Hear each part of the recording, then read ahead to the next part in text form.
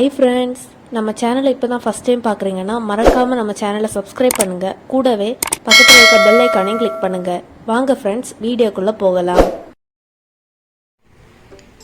நாம் இன்றைக்கி இந்த வீடியோவில் பார்க்க போகிறது வந்து பாட் சீசனிங்னா மண் பாத்திரம் எல்லாம் எப்படி யூஸ் பண்ணுறது, அதுக்கு முன்னாடி என்னெல்லாம் செய்யலாம், அப்படி நம்ம யூஸ் பண்ணோம் அப்படின்னா நல்லா இருக்கும் உங்களுக்கு. அப்படியே வாங்கி அப்படியே ஒருக்கா வாஷ் பண்ணிவிட்டு நம்ம குக் பண்ணோம் அப்படின்னா அந்த மண்ணோட ஸ்மெல் அப்படியெல்லாம் இருக்கும். நம்ம அதனால் அதெல்லாம் எப்படி இது பண்ணிவிட்டு நம்ம யூஸ் பண்ணலான்னு பார்க்கலாம். பாட் வந்து இப்போ மேக்ஸிமம் நிறைய பேர் யாருமே யூஸ் பண்ணுறதே கிடையாது. ஆனால் மண் பாத்திரத்தில் சமைக்கிறது வந்து ஒரு ஹெல்த்தியான விஷயமாக்கும். அதனால் யாராவது யூஸ் பண்ணணும்னு நினைக்கிறவங்களுக்காக இந்த வீடியோ.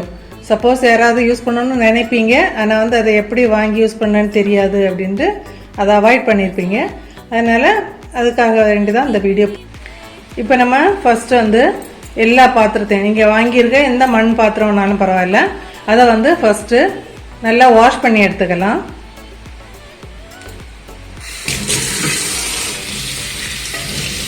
இப்படி வந்து லைட்டாக ரொம்ப தேய்ச்சி ஒன்றும் கழுவணும் இல்லை, லைட்டாக வந்து தண்ணியில் இதை போல் வாஷ் பண்ணி எடுத்துக்கலாம். ஒன்றுனா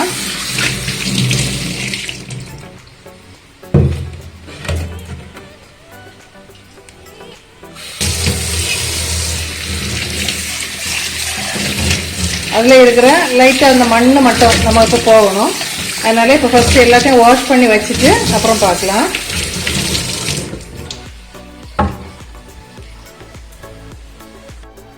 இப்போ நம்ம வந்து எல்லா பாத்திரத்தையும் வந்து வாஷ் பண்ணி எடுத்துட்டோம். இப்போ நீங்கள் ஃபஸ்ட்டு வாங்கும்போதே வந்து உங்கள் பக்கத்தில் ஏதாவது அப்படின்னா மண் பாத்திரம் செய்யக்கூடிய அப்படி வீட்டிலே செய்வாங்க, அவங்கள்ட்ட கிடைக்கும் அப்படின்னா நீங்கள் அப்படியே வாங்கிக்கோங்க. அதுனா கொஞ்சம் கூட உங்களுக்கு நல்லாவே உழைக்கும். நீங்கள் அதை பார்த்து வாங்கிக்கலாம். இப்போ வந்து நம்ம எல்லாம் வாஷ் பண்ணியாச்சு. வாஷ் பண்ணிவிட்டு இதை ஒரு நாள் ஃபுல்லாகவே நம்ம வந்து தண்ணிக்குள்ளே டிப் பண்ணி வைக்க போகிறோம். ஃபுல்லாக தண்ணி ஃபில் பண்ணுற மாதிரி ஒரு பக்கெட்டோ ஒரு பேசினோ இல்லை கொஞ்சம் பெரிய பாத்திரமோ உங்கள்கிட்ட எது இருக்குமோ உங்கள் பாத்திரத்துக்கு மண் பாத்திரத்துக்கு தகுந்த வாக்கில் நீங்கள் எது வேணால் சூஸ் பண்ணிக்கலாம். இப்போ நான் வந்து இந்த ஒரு சில்வர் பேசினில் தான் வைக்க போகிறேன். இப்போ தண்ணிக்குள்ளே இப்படி ஃபில் பண்ணுற அளவுக்கு நிறைய தண்ணி சேர்த்துக்கலாம்.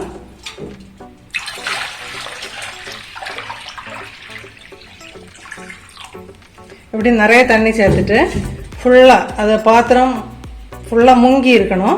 அந்த அளவுக்கு வந்து நீங்கள் தண்ணி ஊற்றி வச்சுக்கோங்க. இப்போ சப்போஸ் வந்து உங்களுக்கு பக்கெட்டு அப்படி இல்லைன்னா பெரிய பேசின் எது வேணாலும் நீங்கள் சூஸ் பண்ணிக்கலாம்.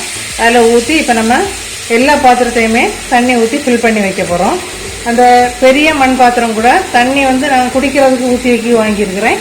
அந்த மண் பாத்திரம் கூட நான் வந்து ஃபுல்லாகவே தண்ணி ஊற்றி ஃபில் பண்ணி வைக்க போகிறேன். அப்படி நல்லா அந்த மண் பாத்திரம் முங்குற அளவுக்கு தண்ணி ஊற்றி வச்சுக்கலாம்.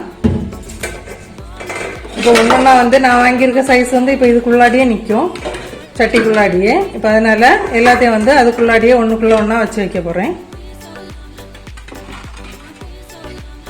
இப்போ நம்ம இப்படி ஃபில் பண்ணி வைக்கும்போதே அந்த மண் பாத்திரத்தில் அப்படி நல்லா ஒரு மாதிரி பபிள்ஸ் வர மாதிரி சவுண்டு கேட்கும், அந்த தண்ணி அப்சர்வ் பண்ணுற போல். இப்போ ஃபுல்லாக ஃபில் பண்ணி வச்சுட்டு பார்க்கலாம். இப்போ நான் வந்து எல்லா பாத்திரத்தையுமே வந்து தண்ணி ஊற்றி ஃபில் பண்ணி வச்சாச்சு. இது ஒரு நாள் ஃபுல்லாகவே அப்படியே நம்ம வச்சிடலாம். இந்த தண்ணி வந்து நல்லா அப்சர்வ் ஆகி அப்படி நல்லா செட் ஆகட்டும். நம்ம நாளைக்கு வந்து இது என்ன பண்ணலாம் அப்படின்ட்டு பார்க்கலாம். இப்போ இந்த சின்ன பாத்திரம்லாம் இதில் ஃபில் பண்ணி வச்சுட்டேன். இந்த பெரிய பாத்திரத்தையும் இப்படி தண்ணி ஊற்றி நிரப்பி வச்சுருக்கேன். இனி நாளைக்கு பார்க்கலாம். நம்ம இப்போ தண்ணி ஊற்றி ஊற வச்சது ஒரு நாள் ஃபுல்லாக அப்படியே வச்சுருக்கோம். இனி இப்போ இந்த தண்ணியெல்லாம் கீழே ஊற்றிட்டு அந்த பாத்திரத்தெல்லாம் நீட்டாக இருக்கா கழுவி எடுத்துகிட போகிறோம். நம்ம இப்போ சும்மா கை மட்டும் உள்ளே போட்டு நல்லா கழுவி எடுத்துக்கலாம். இப்போ நீங்கள் வந்து இப்போ தண்ணி குடிக்கிறதுக்கு அந்த மாதிரி பாத்திரம் அப்படின்னா இதில் தண்ணி மட்டும் தான் ஊற்றி வச்சு குடிக்க யூஸ் பண்ணுறோம் அப்படின்னா இது அப்படியே நல்லா வெயிலில் காய வச்சுட்டு அதுக்கப்புறம் நம்ம தண்ணியை ஊற்றி வச்சு யூஸ் பண்ணிக்கலாம். இப்போ நம்ம சமைக்கிற பாத்திரமாக இருந்தால் இதுக்கு அடுத்தது என்ன ஒரு ப்ராசஸ் பண்ணணும். இப்போ நம்ம இதை கழுவி வச்சுட்டு பார்க்கலாம். இதை போல் நல்லா வாஷ் பண்ணி எடுத்துக்கலாம், கையெடுத்து தேய்ச்சி. இப்போவே அந்த பாத்திரத்தில் ஊற்றி வச்சிருந்த தண்ணி வந்து நல்லா கூலாக இருக்குது. நம்ம வந்து வெயில் நேரத்துலலாம் இந்த மாதிரி ஒரு பானையில் தண்ணியை ஊற்றி வச்சு குடித்தோம் அப்படின்னா ஹெல்த்தியும் கூட, நல்ல கூலாகவும் இருக்குது. இப்போ நம்ம ஃபஸ்ட்டு ஊற வச்சுருந்த தண்ணி எல்லாம் தூர மாற்றிட்டு இப்போ வேறு தண்ணி ஊற்றி வச்சுருக்குறோம். நம்ம அடுத்து என்ன பண்ண போகிறோம் அப்படின்னா, சமைக்கிற பாத்திரத்தை மட்டும் அரிசி கழுவின தண்ணி, அப்படி இல்லை அப்படின்னா கஞ்சி சாதம் வடித்த தண்ணி, அந்த ரெண்டு இல்லை ஏதாவது ஒன்று. இப்போ நமக்கு வந்து பக்கெட் நிறையெல்லாம் அவ்வளோ தண்ணி வராது, நம்ம கொஞ்சம் கூட தண்ணி சேர்த்து இப்போ இதில் மிக்ஸ் பண்ண போகிறோம். இப்போ அரிசி கழுவின தண்ணியும் நம்ம வந்து சாதா பச்சை தண்ணியும் சேர்த்து நம்ம இதை எதில் முக்கி வைக்க போகிறோமோ அந்த பேசின் அல்லது பக்கெட் நிறைய ஃபில் பண்ணிடலாம். இப்போ இந்த பானையில் வந்து நம்ம தண்ணி குடிக்கிற தண்ணி ஊற்றி வைக்கிறதுனால இப்போ நல்லா கழுவி எடுத்தாச்சு. இப்போ வெயிலில் வைக்க போகிறோம். மீதி எல்லா பாத்திரத்தையும் இதை மாதிரி அரிசி கழுவின தண்ணி இல்லை கஞ்சி தண்ணி அப்படின்னா சாதம் வடித்த தண்ணி, அது கூட கொஞ்சம் கூட தண்ணி பச்சை தண்ணியும் சேர்த்து நம்ம தண்ணி ஊற்றி முக்கி வச்சது போலே ஃபுல்லாக ஃபில் ஆகிற வரைக்கும் நம்ம மூடி வைக்க போகிறோம். இப்போ இந்த சட்டியை நம்ம நல்லா கழுவிட்டோம். இப்போ திருப்பியும் இதே தண்ணிக்குள்ளே நம்ம முக்கி வைக்க போகிறோம். ஃபுல்லாகவே நல்ல தண்ணி முங்குற அளவுக்கு ஊற்றி வச்சுக்கலாம். இப்போ தண்ணி வந்து நிறைய இல்லை அப்படின்னா கொஞ்சம் பச்சை தண்ணி சேர்த்துக்கோங்க, பிரச்சனை இல்லை. ஆனால் அரிசி கழுவின தண்ணி அல்லது சாதம் வடித்த தண்ணி கண்டிப்பாக இருந்ததுன்னா நல்லா இருக்கும்.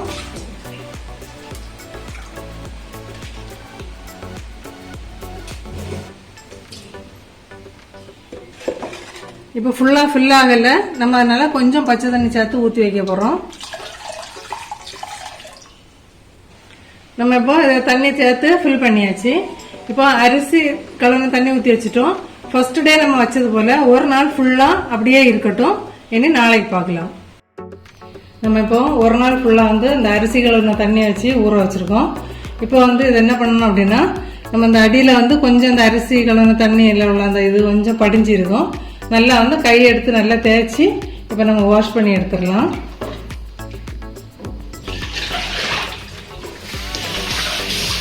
ரொம்ப இருத்தி போட்டு தேய்க்கணும்னு இல்லை, சும்மா அது கையெடுத்து தேய்ச்சாலே அதில் உள்ள ஒயிட்னஸ் எல்லாம் போயிடும். அதை போயிட்டு இப்போ நல்லா தேய்ச்சி இப்போ அவ்வளோத்தையும் கழுவிட்டு பார்க்கலாம். இதே போல் எல்லாத்தையும் வந்து நம்ம நீட்டாக வந்து வாஷ் பண்ணி எடுத்துட்டோம். இனி வந்து இதை நல்லா அடிக்கிற வெயிலில் ஒரு நாள் ஃபுல்லாக நல்லா காய வச்சிடணும். காய வச்சுட்டு பார்க்கலாம்.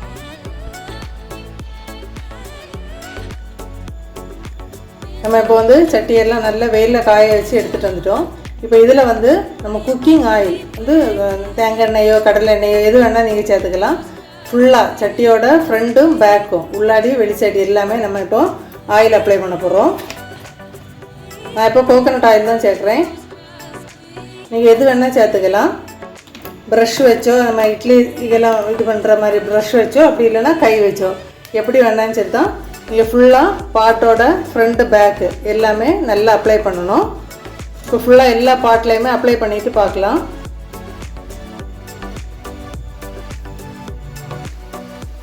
இப்போ பாருங்கள், நம்ம ஃப்ரண்ட்டு பேக்கு எல்லாமே ஃபுல்லாகவே நல்லா எண்ணெய் அப்ளை பண்ணியாச்சு. நீங்கள் எந்த ஆயில் வேணாலும் சேர்த்துக்கலாம், ஆனால் குக்கிங் ஆயில் எடுத்துக்கோங்க. இப்போ நம்ம இதில் வந்து கொஞ்சம் தேங்காய் திருவி போட்டு நம்ம அடுப்பில் வச்சு லேசாக வறுக்க போடுறோம். இப்போ நம்ம வந்து சட்டியை வந்து அடுப்பில் வச்சாச்சு. ஃப்ளேம் வந்து மீடியமாக வச்சுக்கோங்க, ரொம்ப ஃபுல்லாக வைக்க வேண்டாம். ஃபஸ்ட்டு மீடியமாக வச்சுட்டு இப்போ கொஞ்சமாக தேங்காய் துருவின தேங்காய் சேர்த்துக்கோங்க. நிறைய வேணும்னு இல்லை, கொஞ்சமாக வச்சுட்டு ஒரு 2 செகண்டு லைட்டாக அது சூடாகிற அளவுக்கு லேசாக இதை போல் வறுத்தெடுத்துக்கலாம்.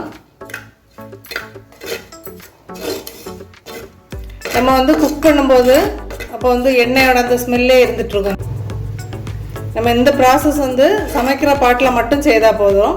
இந்த தண்ணி குடிக்கி ஊற்றி வைக்கிறோம் அப்படின்னு சொன்னால் அந்த பாட்டில், அந்த பெரிய பாட்டு அந்த மாதிரி உள்ளதெல்லாம் இந்த மாதிரி தேங்காயெல்லாம் போட்டு வறுக்க வேண்டிய தேவையில்லை. இப்போ இதை வந்து ஃபுல்லாக ஒரு 2 நிமிஷம் வறுத்துட்டு பார்ப்போம். இப்போ 2 நிமிஷம் வந்து நம்ம நல்லா வறுத்தாச்சு. இப்போ இதே தேங்காய் எடுத்து நம்ம அடுத்த பாட்டில் போட்டு வறுக்கிறதா கூட வறுக்கலாம். அப்படி இல்லை அப்படின்னா வேறு தேங்காய் நம்ம யூஸ் பண்ணிக்கலாம். இந்த தேங்காயை வந்து நம்ம வேஸ்ட் பண்ணணும்ல, நம்ம குழம்பு எதாவது வைக்கிறதுக்கு யூஸ் பண்ணிக்கலாம். இப்போ இதே போல் எல்லா பாட்டும் தேங்காய் போட்டு வறுத்துட்டு அப்புறம் பார்க்கலாம். ரொம்ப வந்து சட்டி புகை வர அளவுக்கு ரொம்ப போட்டு வறுக்க வேண்டாம். மீடியம் ஃப்ளேமில் வச்சுட்டு ஜஸ்ட்டு ஒரு 2 நிமிஷம் லேசாக கிண்டி எடுத்துக்கோங்க போதும். வீடியோவோட ஸ்டார்டிங்லேயே நான் சொல்லியிருப்பேன், நீங்கள் பிகினஸாக இருந்தால் நீங்கள் வந்து வெஜ்ஜு நான்வெஜ்ஜு அப்படி வைக்கிறதுக்கு மேக்ஸிமம் வந்து தனி பாத்திரம் வச்சுக்கோங்க. ரெண்டுமே வந்து ஒரே பாத்திரத்தில் குக் பண்ண வேண்டாம். அதை மட்டும் கொஞ்சம் கவனிச்சுக்கோங்க. நம்ம இப்போ எல்லா பாத்திரத்துலேயும் தேங்காய் வந்து வறுத்துட்டு இதை போல் நல்லா கொஞ்சம் 2 நிமிஷம் வறுத்து எடுத்துருக்குறோம். இப்போ இந்த தேங்காயுமே நமக்கு வேஸ்ட்டு கிடையாது, குழம்புக்கு அதுக்காக யூஸ் பண்ணிக்கலாம். இப்போ நம்ம இந்த சட்டியில் இருந்து எல்லாமே டிஷ்யூ பேப்பர் அப்படி இல்லைன்னா ஒரு துணி வச்சு நல்லா தொடச்சி எடுத்துட்டோம். இப்போ நம்ம உடனே குக் பண்ணுறது அப்படின்னா இப்போ டைரெக்டாகவே அந்த சட்டியில் நம்ம குக் பண்ண ஆரம்பிக்கலாம். அப்படி இல்லை அப்படின்னா நம்ம ஒரு வாரம் 2 நாள் கழித்து தான் குக் பண்ணுறோம் அப்படின்னா லைட்டாக வாஷ் பண்ணிவிட்டு நம்ம டெய்லி யூஸ் பண்ணிக்கலாம். ஓகே ஃப்ரெண்ட்ஸ், இந்த வீடியோ வந்து உங்களுக்கு யூஸ்ஃபுல்லாக இருக்கும்னு நினைக்கிறேன். வீடியோ ஃபுல்லாக பார்த்துட்டு மறக்காமல் கமெண்ட் பண்ணுங்கள், சப்ஸ்கிரைப் பண்ணுங்கள். Okay friends, thank you. Yeah.